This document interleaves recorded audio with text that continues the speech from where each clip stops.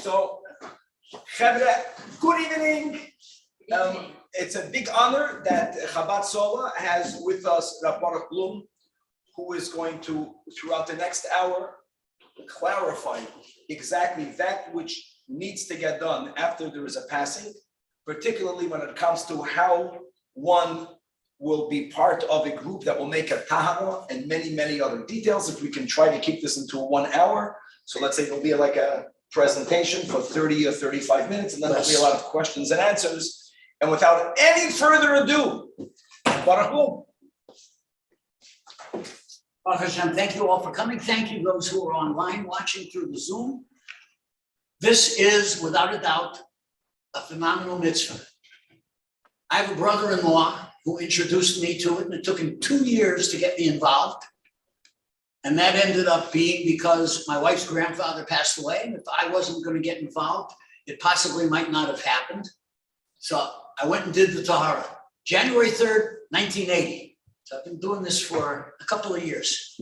It started off one mortuary, Mount Sinai, and eventually grew to where we are now covering, with the exception of Koren Publisher mortuary, every other Jewish mortuary, lots and lots of non-Jewish mortuaries.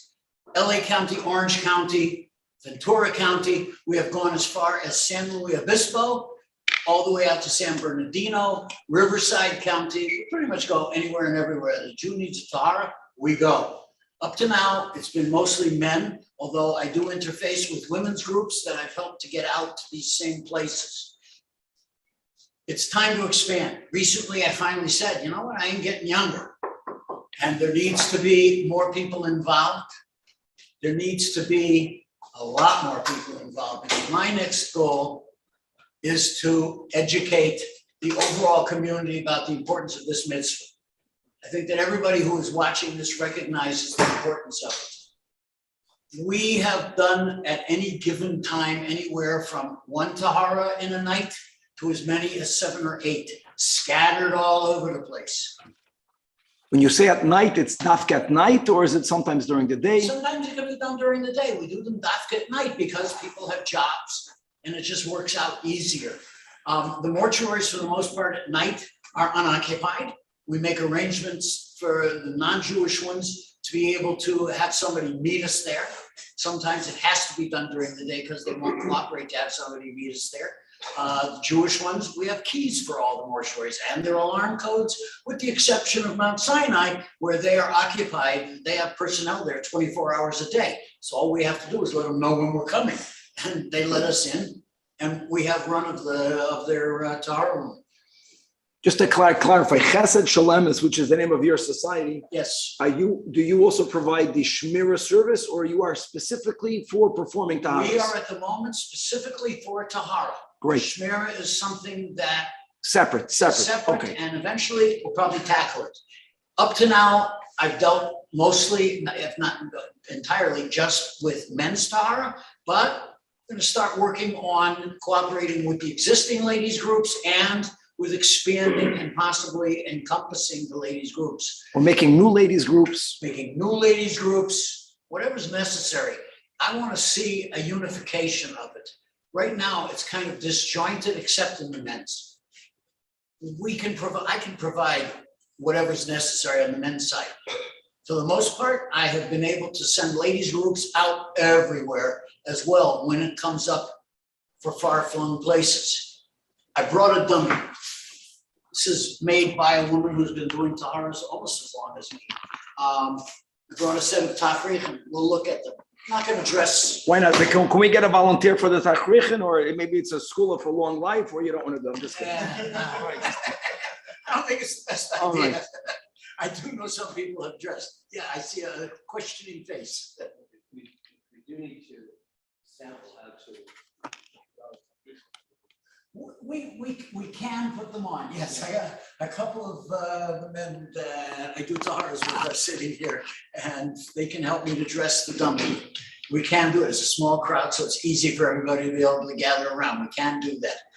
Historically, it started off that I was doing taharas only at Mount Sinai, and then I was called one after the other by the different mortuaries. I was talking with the few of the people that were here before we started the official meeting. One of the mortuaries called me up. They had a guy who was doing taharas all by himself, which halachically means he wasn't doing anything. He would not feel good. He would call the mortician at the place and he would say, I don't feel good. Why don't you dress the guy and I'll say the prayers at home. We came to know that as a remote control tahara. It was absolutely absurd. So can you describe what point do you begin? We get involved when the family asks for a tahara. Shalom Chapel's up the street here on Pico. Everybody gets a tahara. Chevra Kadisha. Everybody gets a tahara. There are no non-kosher services offered. But if you go to a place like Hillside, Malino and Silverman, Mount Sinai, Groman Eden, you get a laundry list of services and you have to know what to ask for. And a lot of times the counselors will say, if you ask about a tahara, they'll say to the family, oh, are you Orthodox? Are you really?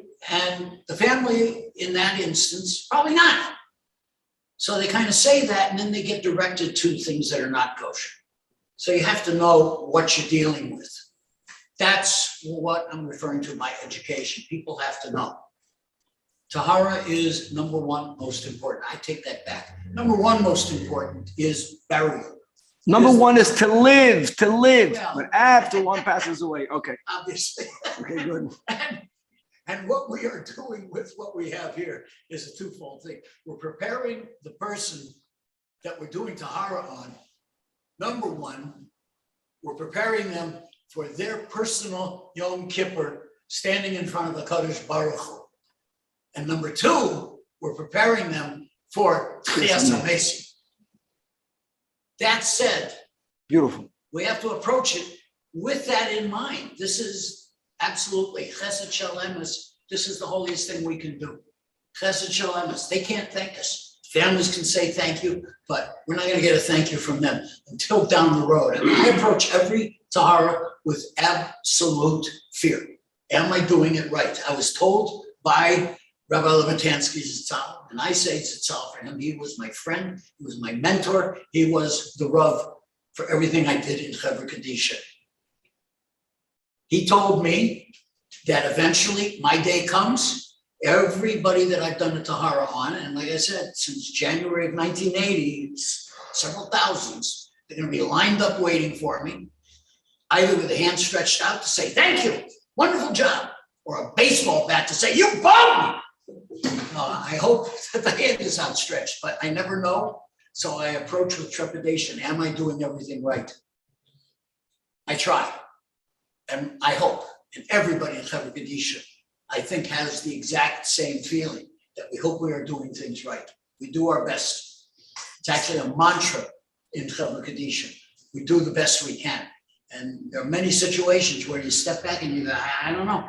No, we're trying. We do the best we can. It is a mitzvah that needs more people. So I'm hoping that you come away from this with the feeling that you want to be part of it. I'm looking for commitments. If you can commit to one night a month, one night a week would be fantastic. We never know how many there are going to be in any given week, any given day. It can be one, it can be several. It can be local here in Los Angeles. It can be in Orange County. It can be in San Bernardino. We don't know. We don't know because Baruch Hashem, Eibusher gives us a final date. But where you are, where it's going to be, what's going to, who knows? Can I make a proposal? Just knowing Yes. some personality types. Not everyone might want to make a once of a month commitment tonight, but if we can get 100 people to make a commitment that they'll do it once, and then we'll solicit that person or the day after, some people just to do that. How often they are willing to do what it. I want to come away with from tonight is that people will go to our website or send an email. I'll give you the email address. Send an email, which will get your email address that way, and send us your phone number with your name and say, I want to learn. And we will get you hooked up to learn, to come out on a tahara and experience it. And then you can make the decision. There you We're go. working on a calendar that will get posted on the website that will only be accessible to those who have decided that they want to give it a try, to make a commitment down the road. Doesn't have to be tonight, but that you're going to make the commitment that I will try it That's it. and give it a shot. Like me, you may fall in love with it and decide you want to be part. Everybody has different schedules. My wife eventually got used to the idea that I was going to be out a lot. Everybody has different commitments to begin with, but you start with that initial exposure to it. Not everybody can handle being at a tahara, and I can tell you, not all taharas are for everybody. Most are pretty straightforward. They're not, if you will, they're not messy, but occasionally they are. Not everybody is elderly and passes away cleanly. Not everybody goes simple. You meet, so your group meets the nifter where? That's what I meant. Where does it begin? Like, We meet the nifter at the mortuary. and from when you meet the nifter until when the tahara is over, if it's a clean tahara, which is the Clean majority. tahara is 45 minutes to an hour. Got it. So if it's close, it's an hour and a half. It's just about driving. It's around an hour commitment. The driving, yeah, I mean, it can take, it depends. Depends where it is. I got If it's it. here at Sholem, you're talking, what, 10 minutes from your house? Got it. If you're talking San Bernardino, it's an hour drive. How many people ideally do you want to have together for a tahara? Tahara takes properly 4 people. This is men for men and women for women. Men are for men, women are for women.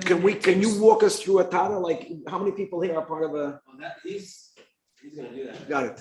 Part of it. Tahara has 3 processes, multiple steps, simple steps, but multiple steps. First, we get the mace onto the table. You do that. We get yeah, Okay. okay, we have the mace on the table right now, undressed. Normally, No volunteers. We're gonna use this. Let's go. yeah, it's a lot easier. It's just fine. I'm just kidding. Yeah. A lot less problem with sneaks. Okay. Men are gonna do men, women are gonna do women. Got it. Men, we keep the breast covered, we keep the face covered. Women, there's always a sheet covering, The whole thing. the whole thing. We're gonna uncover the body as appropriate. We're gonna inspect. We do a badika. We're looking for any wounds, anything that has to be dealt with specifically before we can start anything, anything that has to be covered, needles. 1 second. Slow down. If you find a wound, what do you need to do with the wound? We have to inspect it to see if it's something that we can stop from bleeding. And then what do you do? We'll cover it, we'll stop it from bleeding. And if you can't- Solutions we use, we may cover it with a bandage, depends. Each wound is different. So we deal with them. The leader of the group is gonna know what to do. Then we're gonna move on to What will rechitza. be the goal of that? Just to make sure that all of the body parts are eventually buried. Everything has to be buried. Dam that Blood. flowed at the time of death is dam nefesh, that absolutely has to be buried. Dam that flows after, we want to save, you can't always save. Dam that is mixed with Blood, schmutz, say the blood. Yeah. dam that's mixed with schmutz, you don't save. Okay. There are different opinions, but the majority, you don't save it. We don't. Okay. Just for the blood that's mixed with the body with bodily fluids. Okay. After you've collected whatever you're gonna collect from that, we move on to rechitza, to cleaning the body. We wanna get whatever dirt there is, clean fingernails. How do you clean the body? What do you do to clean the body? We wash it. If necessary. There's a with soap. shower there. Like, how do you get water? We take rags, Take take rags. small pieces of cloth and we pour water out of the fart, a little bit at a time, start at the head, work down, arms, everything starts with the head, right side, left side, everything is right side, left side. Top, middle, bottom. Start at the head, work your way down, right side, right arm, left arm, torso, legs, and roll it, do the right back, left back, then move on, naming, get to the fingernails, toenails. How do you clean the fingernails? What exactly is Use done toothpicks. to get the dirt from underneath the Get from fingernails? Underneath the fingernails. You don't clip the fingernails. You don't remove anything from the mace. Used to be, and there are probably still some groups that do. Here in Los Angeles, to the best of my knowledge. And if when you clean the body, if anything gets stuck on the rag, are those rags buried or no? It depends on what is under there. So can you just give If there's blood, we stop. stop, meaning We leave you any stop blood cleaning, that's under the fingernails, we leave it because we don't know if we're gonna start some bleeding underneath there. which you want to We don't know prevent. why that blood is there. Okay, A lot of times it's because there was a wound underneath there and it's a scabbing, we don't want to start bleeding again. If you have a scab on the skin, we don't wash it away because we don't want to start that area bleeding again. got it. Okay. Scabs, we don't save because that's dry blood from prior to death. We But you don't want start new that blood to area come bleeding out. Again. Got it. Wounds that are covered, that you can see, and it's covered with a waterproof dressing and it's a small dressing, we leave it. Again, we don't want to start something bleeding. I try as best I can to teach everybody how to remove IVs and stop the bleeding from it. You don't want to bury the person with plastic and metals of any kind inside the body. Heart There pacer. are covers that leave them in place. It's in them. There are Rabbanim who say it's in them, it's part of them. I prefer that it comes out. Okay, So I'll prefer it if we can get them out and stop the bleeding, that we can. Okay. Had a great debate for years over using crazy proof. And to stop the bleeding. to stop the bleeding. A lot of Rabbanim said, you can't use it, it's not. But then I spoke to a number of surgeons who said, yeah, why not? We use it in surgery. Because the argument was, if it's not used on medically, then you can't. But then surgeons are telling me, well, we do use it. Okay, So there are different opinions on everything, like everything in Jewish life. There are different opinions about it. You have to follow who your Rabbanim are. okay. So Vital, yeah. So now we did the rechitza. we're done with Rechitza. Now we move on to different ways of doing the Tahara itself. Tahara is either a mikveh, which only one mikveh exists in the city of Los Angeles, that's the Fevra Kadisha Mortuary. And they put people in the mikveh. They put people in the mikveh. So since we don't have a mikveh to use, we pour Tisha Kavim. Tisha Kavim can be poured in a number of different ways. Either you stand the body up, which if you don't know what you're doing is very risky, both to the Matarim who are doing it and to the mace. So we have the body laying on the table, elevated on boards, and then, 3 people take buckets and backhandedly, the bucket opening is here, you take the bucket and you pour it backhanded over the mace. And I apologize, I should have brought, I have what I call my travel box that we use when we go to places like San Bernardino where I have buckets, and we pour the water backhanded. Fart will do perfect. Just demonstrate backhanded, that would be helpful. We got a miniature bucket for the. Works perfect. For the dummy. One hand is holding the bucket up at the top, the other hand is at the bottom edge, and that's where you're pouring it. Over the back of the hand, down the body.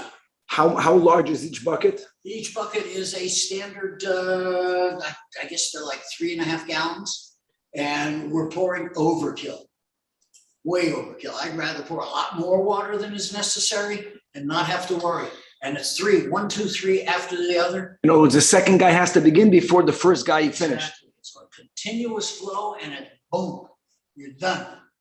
And the fourth person is following with a sheet, cover the body up after that third bucket has started down right behind. As soon as it's done. Again, from the head to the feet, that direction. From the head to the feet. Everything starts at the head. If you would be standing the person up, you'd have everybody standing, going up on ladders and pouring it on the top. Victorian Ambulance Service issued a code red alert overnight. I say it is a very difficult procedure from the standpoint of safety. You don't know what you're doing, you're at great risk of possibly injuring yourself, possibly injuring the mace. Are there tables that can be slanted? Is that beneficial? Was that helpful? That is something that would have to be built. There's not one here in Los Angeles. Are the holes I under actually the? used to have one, and I was told stop because of safety. Because of safety for the men who are doing it and for the mace. The honor of the Asked by mace. a couple of Rabbanim and by one of the mortuaries that I would bring it to. Okay, So we stopped using it.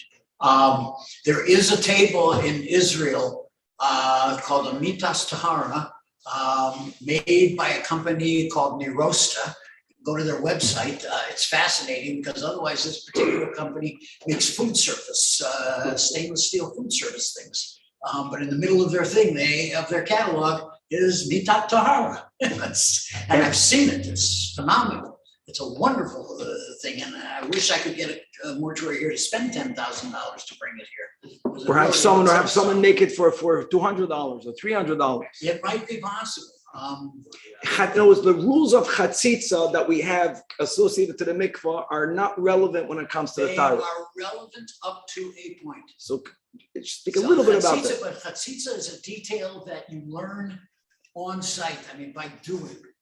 Each thing that's on there, certain bandages are acceptable up to a certain size and up to a certain amount. Okay, fine. So there is a chatzitza general issue, but it's countered with you don't want to have any bodily fluids being lost, you don't blood being lost. It's all a matter of the size of it, how much. It's not the same as going to mikveh. We talk about the rechitza, we have to clean a mace, similar to going to mikveh, but it's not identical. Okay, vital. Now we're done with the tahara. Now what? When you're pouring the water out of the parts of the body that are lying on the table, get water underneath them. The water is gonna splash up. No, he's asking, when you put it down on, there's wood. Oh, we've raised, right, the body gets raised up, I'm sorry, yeah, we put the body up. But Chaim's question stands that the part, the wood piece, doesn't matter. It's not that. The wood has had tahara water put on it. So that the body that is put onto that wood, we elevate the Wash the body. wood pieces. Wood pieces are washed. Okay, Yeah. good. So now the tahara is done. Now The what? body, and then we're going to dress the body. There are different minhagim. There are 7 pieces in the tahara. There's a hood, and the women's hood has a veil that goes with it. It's not as total a hood as for the men. The men, my fingers are a little bit clumsy. The men, it's like an executioner's hood. Just so many words. That's what we talk about. It covers the head completely. And again, the woman doesn't cover the head completely, or it The does. women, it's more of an opening and it has a veil. Got it. Why is the women's different than? Because it's nicer. Yeah. It's a little bit different from. You're not gonna have oh my God, that like, you can't breathe, you can breathe. Otherwise, there. Yeah, mask, no mask, machlekas of the masks. Huh? It's a bonnet. Call it a bonnet. It has straps. It's like Little House of the Cricket. Everybody gets pants. Wow. It's amazing, the Charedim didn't make a protest yet. Okay, good. Why would they? For the They women. want everybody to be the same. Uh-huh. So one second, you're going out order. So first, what if it's going head? So you don't go Going from the, head. so it doesn't go In from the the head Chabad minhag, to the pants. we go the head first. Yeah. In the Chabad minhag, we go the head first, and then Then we go to the pants, so okay, but that's the exception. and then we go to a shirt. Pants. Everybody's different length bodies. You have to cut the pants. No, the pants do not get cut. The feet are enclosed. Okay, and tachrichim have changed somewhat over centuries. They're not necessarily identical. Today they're more modern. No hostile. We have, okay, these are the pants that Ah, put out by the company Rose Solomon, okay, in Brooklyn Navy Yard. love it. They're, other than slight differences, they're basically the same by every tachrichim manufacturer in the world. I have a set of. Because it's tachrichim one that are size fit strong. all for men, women, tall, short. It's not one size fits all. These come in different sizes. This is the regular size. I got it. That will go up to about probably 200 pounds. Okay, and then they go to a 1X, 2X, all the way up to. Oh, there's sizes. 7, 8X. Okay. Okay, so there are different sizes because somebody who weighs 1,000 pounds, and I've done 1,000-pound men. There's 1,000-pound man. 1,000-pound men, yes. There is no, yeah. How many people did the Tara? Huh? How many? You had 100 people? 10 men. 10 men. And more about being able to move them into the casket. No, it's okay. No, this is the shirt. And to the best of my knowledge, it's the same shirt, men and women. But one second, so the arms stick out. The hands stick out. The hands stick out. The hands stick out. Yeah, perfect. Okay? Oh, so you can breathe the emes, something. It's open a little bit. It's open a little. bit, Oh, yes. sorry, I feel much better. Okay, I was very claustrophobic that the pants over there. Okay. All right. There are some similarities in that respect. Everywhere you go, at the waist on the pants, at the neck on the shirt, at the neck on the kittel, which women have a kittel also. There's okay. So let's go back. So it's the head. Let's go to order. It was the cap, the pants, and now the shirt. You want to lay it down here? Okay. Yeah, lay the shirt out. We should move the body there first. Want to take the body back away? Okay. Now the ambiance is quiet. People are not doing a lot of talking. During Tahara, Do not talk. Let's. the only words that are passed is what is absolutely necessary next to the mace. Otherwise, there is no conversation. If you absolutely have to talk, you step back 3 or 4 feet from the mace and say what has to be said. Covered mace means we're not talking next to the mace. Got it. Even about the Tahara. Even about the Tahara. Pass the Unless sword, something please. That He's not absolutely has allowed. to be said at that moment. It's just not covered. Okay. Let's see, where is it? Okay, there is, So we have 3 garments so far. You said you had 8 garments or 7 garments. there are leg bands. We tie bands around the legs. Ankles. For men, they're tied around the ankles. Now take a guess how old are Tafrif? Anybody have a guess? 1,000 years. How much? 1,000. Nah, I'm guessing. Stama Adam Arishan was buried with Tachrichin, 5,000 years old. no, Tafrif are not 5,000 years old. 1,000 is a lot closer. Tafrif are 1,600 years old. Oh, Rabbi Gamliel. Rabban Gamliel. Oh, thank you. I got it. That's right. What did they do before? Fancy. Whatever you wanted. Fancy clothing. So people were Whatever competing. you wanted. Got very competitive. Why did they change it? It was changed because, take a look at what goes on in bar mitzvahs and bas mitzvahs and weddings and everything. Look at the competition that we have today in weddings and all these.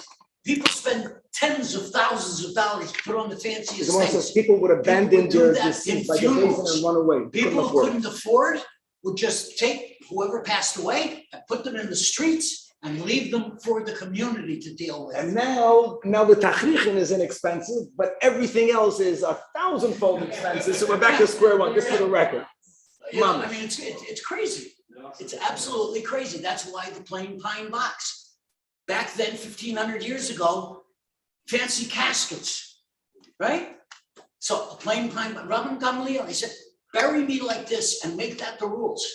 Everybody should be buried. How much does a plain box cost today? Today? Yes. Plain. Plain pine box. Yes. Right? It's $1,000. There you go. The garnish go. No. You can buy a cardboard box. It'll also cost you a few $100 for cardboard. There's also 2 different types of material that are used for separation. The more mahudr is the linen, and Depending upon which mortuary, that can cost you. Okay, right at end. and then cotton. So, Different materials. yeah, you see amongst the Orthodox that it's the majority of them are buried in linen tafrich. Okay. More expensive. Which is more expensive. Which is more expensive. Where are the Tafrishim coming from? Who's bringing them to the mortuary? Is that connected to They the buy them from this volunteers? company called Rosan. The mortuary. In Crown Heights, my understanding is that in Crown Heights, they actually make their own. Yeah. There are men and women, there are women who actually make the tafrichim and they're a lot less expensive. But that's Crown Heights. You should know that the bands that I showed you, that I put on down at the ankles, these bands, they're tied for men at the ankles. For ladies, they're tied up around the knees, right below the knees. Why? 1,500 years ago, women wore sandals that were tied up around below the knees. And men wore sandals that were tied.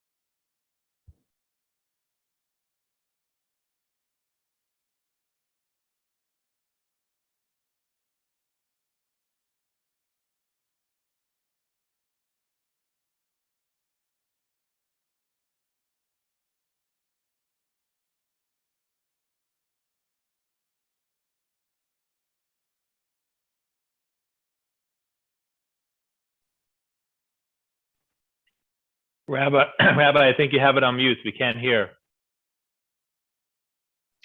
It's total silent by me.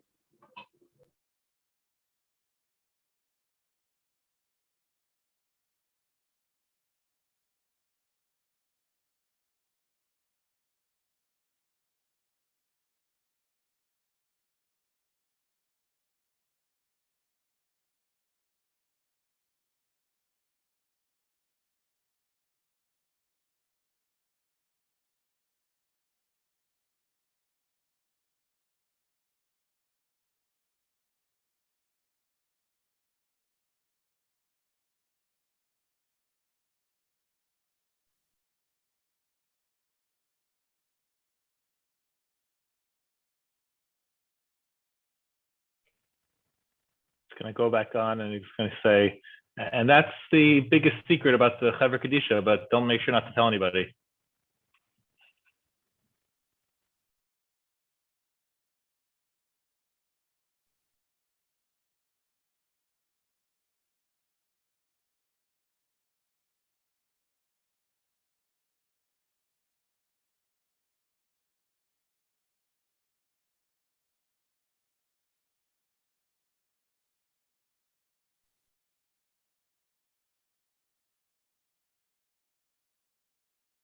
I'm plugging it out, plugging it in. Can't be that I'm not loud. No. It's technology. Could we summarize the last 5 minutes again? 1 second. Can you guys hear now? Yes. Okay, so the Baruch was explaining that there's a minig. He's giving the practical reasons that they used to put vinegar and different parts of the eggs on men or Jewish women as a means to identify a Jewish nifter. Now we got. What about the ankles and the legs? That's where he stopped. So go ahead, Nachum. Is that still done today, or This is still done today. Yes. Not here. We don't do it. We do wine. 1 second, just quick. Okay, so for Baruch was explaining that the practical reason why there's a nuanced difference between men and women as to where do you tie the bands, and that's because prior to Rabbi Gamliel, people would be buried with their sandals or shoes, and men's style shoes and women's style shoes went up to different heights, and thus the bands went above the height of their boot or shoe. Yep. Okay, good. Okay, so I should repeat about the wine and vinegar? Wine and vinegar. Let's go to the wine and vinegar and why there isn't. And if you give a tip, you'll get vinegar, guys. Just remember that. Okay. Go ahead. So vinegar with egg white or egg, the yellow of the egg. Yellow was for ladies because the yellow was the yolk, that was the heart of the egg, and that was for women because the Yiddish mama, the heart is good like that. And then the men are outside, the outsiders. And then so the vinegar. The smell identified who was who and that they were Jewish. And at the cemetery, the same thing. The Chaver Kadisha at the cemetery was able to be sure that they were getting a Jewish body. So it was a twofold thing. After the tahara was done, it was put on the body so that the people, the cemetery workers, the Jewish workers would know, aha, we got the right person. Nice. Today, we still do the same thing.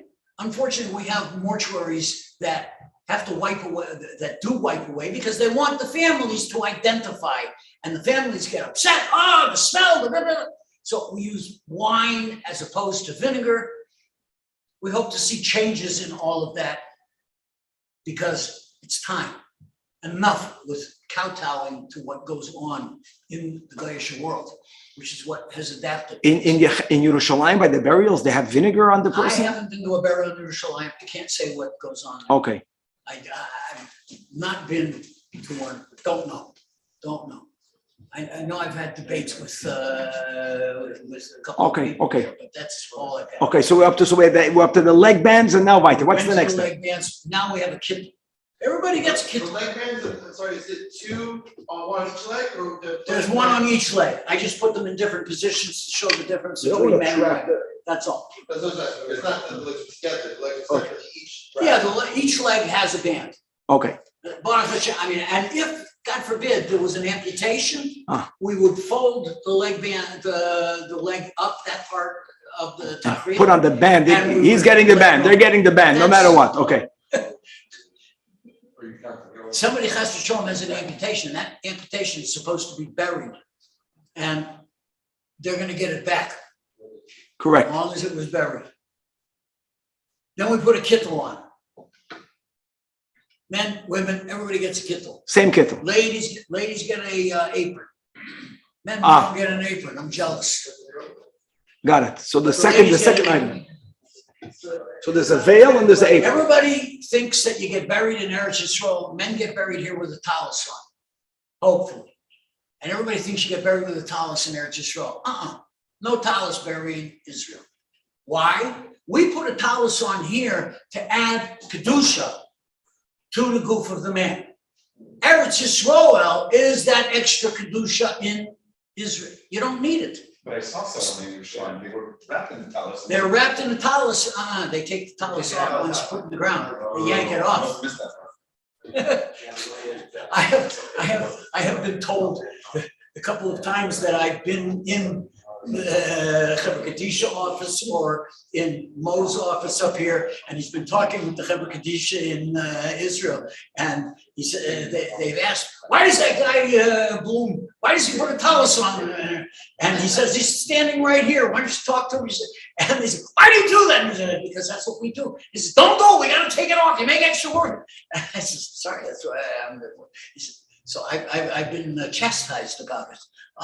They don't want us to send in the towels, but I tell them that's, I've been instructed, I gotta send in the towels, you can take it off and do whatever you do. They will remove the towels in Eretz Yisrael because Eretz Yisrael itself provides that extra level of Kedusha. We do it here for burial to add another layer of Kedusha to the body. But we're not there. So the kittel and then the talus for a man. And then the towels. Let's go back to the kittel. So you provide a kittel, if the body during your lifetime had a kittel, do they use that kittel or this kittel? And the answer to that is I was told, put the kittel that comes with the tachricha and then put the person's kittel on top of it. Same question for the talus. You Huh? guys have the That's talus. all under the talus. Talus is Is the the last. talus also the one that you owned in your lifetime? If you wore it during your lifetime, yeah. And if you have more than one talus that you wore during your lifetime, like I have a weekday talus and I have a Shabbos talus. And then I have a talus for Yontif. That was my father's talus. And I've told my wife that that's the one I want to be buried in. Because it has, from his using it, the mitzvahs when he wore it, and now me wearing it, and I told her that's the one that I want. And the silver atara that's on it, I told her, that you have the mortuary, cut it off and give it to my oldest boy. Okay. So, that's- okay, so once the talus is on by the man and once by the woman, the kittel, that's the end. That's the end. You have a gartel. And There's a gartel, right? There's a gartel. Everybody gets a gartel. Men and women. Gartel is a belt. I mean, you all know, and everybody here, I think, knows what's a gartel, whatever. It's a nice long belt. Everything we do, all these bands that we're wrapping around at the waist, at the neck, at the ankles, every one of them, different men hugging. how to, But we in Chabad, there are some other Hasidic groups also that do it the same way. There's at least one Sephardic group. I don't know if all Sephardim do it, but we wrap everyone different with the gartel, but all the other places, two at the neck, one at the waist, two at the ankles, we make a shin. At the gartel, everybody makes a shin, and everybody makes a daled, and everybody makes a yud. Different ways of making that shin and the daled and the yud. But you hear what's spelled out, and we make a big point of it. We count. There are only 3 twists, Aleph, Beis, Gimel. We count them everywhere except with the gartel. With the gartel, most, if not all, count Aleph, Beis, Gimel up to Yud Gimel. We count the Hu, Rachum, Yichaper. Which is also 13, also 13. Also 13, but we use the pasuk. Okay. We use the pasuk. So you make 13 loops on the gartel and you count 13 one way or the other. Yeah, well, 13 twists. Okay. And then we make the shin and the daled and the yud. All in place. Looks like the 13 twists. Yeah, we can do that. Aren't there charts that are put on the eyes of the person? That we get to in a moment. Oh, we're That's not done yet. after- Oh, we're not done yet. that- Okay. The next, yeah, we're not done. Okay. Oh, now we're getting, guys, this is a real live demonstration. This is pretty much the last step. Everybody, you know, you want to come up and gather around. You're not going to. That would be great. And all you guys online, I'll get as close as I could. I'm not blocking anyone. Good. Wait for everybody to come up. Come on up. Yeah, and that's the other thing. It's everything is right over left. Right side starts everything, left side follows. V'hu, Rachum, Yechaper, Avai, Lalai, Yashchis, Yirba, Lashiv, Akai, Lalai, Yair, Kol, Chamas. We want to have that nice tail. We want everything separated. The shin is made by loops. This is the hardest part for people to learn, for the most part. Knots. You're doing it with gloves on also. So it gets, if you don't have the right size gloves, it gets really difficult. Every bow is towards the heart. And the bows of the neck goes down towards the heart. Go down towards the heart. Got it. Okay, so Here's the shin and the daled. go closer, you can see better. And the yud is the little tail. Shin, 3 loops. Usually we try to get enough left here that we'll And be you're able to doing put the it same underneath. on this also? No, just around. Just the gargle gets. Yeah, the only Can place you where show we here end up again? Let me just with try to get daled the, and the yud is there. Otherwise, Shin we're gonna have the longer There's tail 3 end loops on made. the other side, so there's The no daled question, is only here. the daled yud. Are there a few organizations that do that? In the city of Los Angeles, there are probably a half a dozen different women's groups. Wow, I didn't know about all that. Wow. But when it comes to men's taharas, my teams are it. Wow. Other than It means that women's are more courageous, or how did, why? The Hasidic community over in La Brea, they have through their groups, they have their own. There is a conservative group, Temple Israel of Hollywood, which owns Hillside, that's a reform temple. They actually have for their membership, actually trained some of them. So let me just go finish this. So now that we did the gartel, what comes after the gartel? The After kittel. gartel comes, well, the kittel should have been on. Okay. Kittel would have been on. On, and then goes the So then talus. we're gonna put, no, the talus is gonna go, we're gonna put the sove, which is the big sheet that the person's gonna be wrapped up in, and I'm not gonna wrap them so long, but it's long enough to wrap the whole body, Both sides, fully wrapped. fully wrapped, yes. On top of the kittel. The sheet is gonna go into the casket, we're gonna pick the body up. Got it. Talus across in it, we're gonna pick the body up, place it into the casket. We will have spread some earth from Eretz Yisrael into the casket first. So we'll place the body in on top of it all. Then we're gonna put offer for the men on the bris, everybody on the heart, a little bit on the eyes, I'm gonna put sherblock, broken pieces of pottery on the eyes. Broken pottery on the eyes has two purposes. Back in the good old days, 1,500 years ago, even today, helps keep the eyes closed.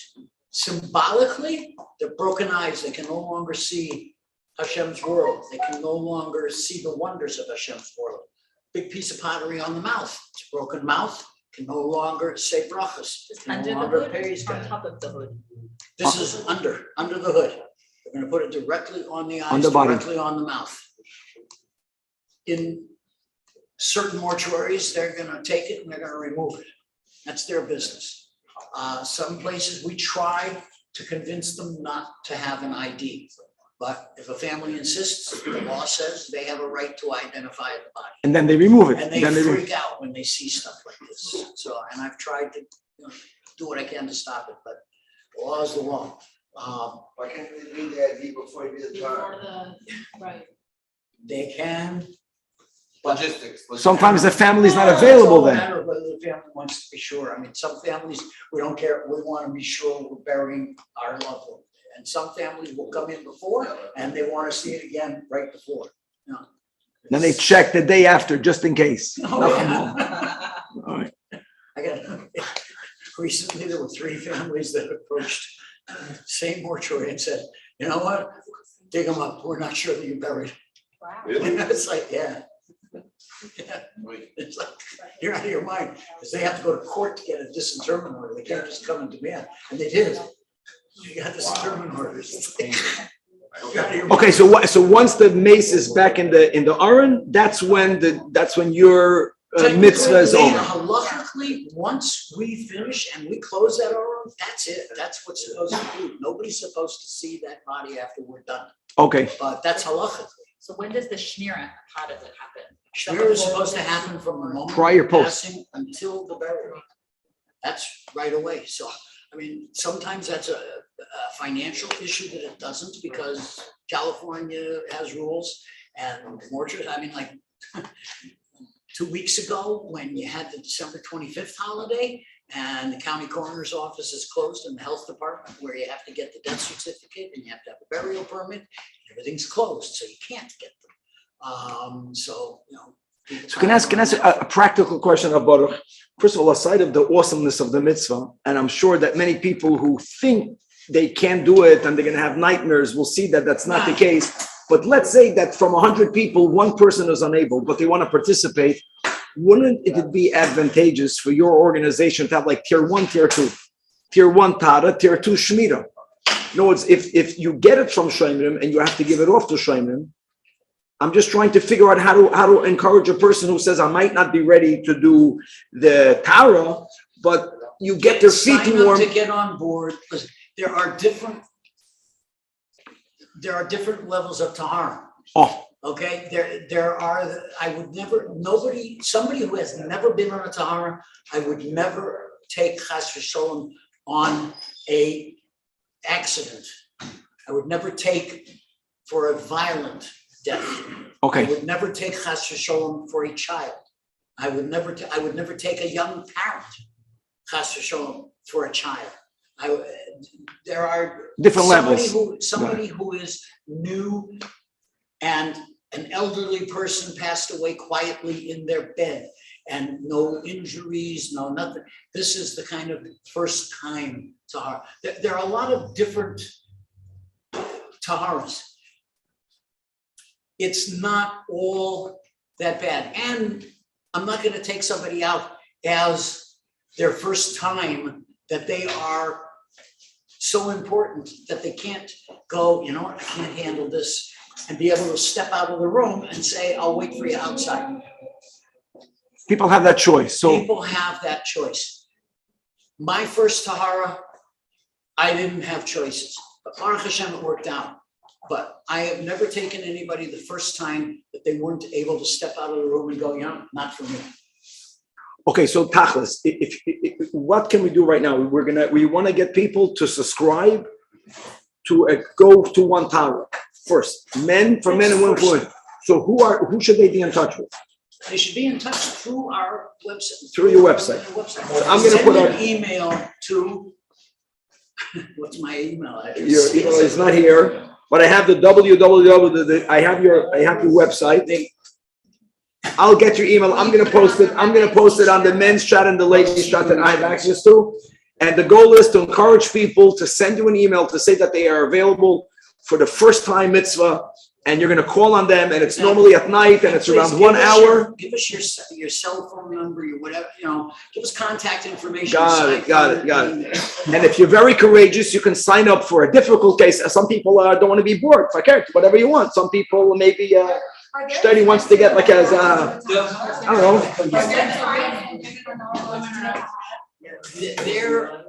I can't speak to when the women necessarily go. If you're pregnant, if you're You're not going on to her if you're pregnant. Okay, and if You're you're not going, I mean, you have to speak with the ladies groups. I'm gonna put together a separate meeting specifically for the ladies who are interested. Meeting. So that you can ask the questions that you have, ask the things that are germane. Totally Because Hitler was there are supposed to come separate tonight. issues that you face. No, I'm confirmed. Yeah. We'll put together a separate meeting. Thank you. It's what, the beginning of January? No, 1 second. I think.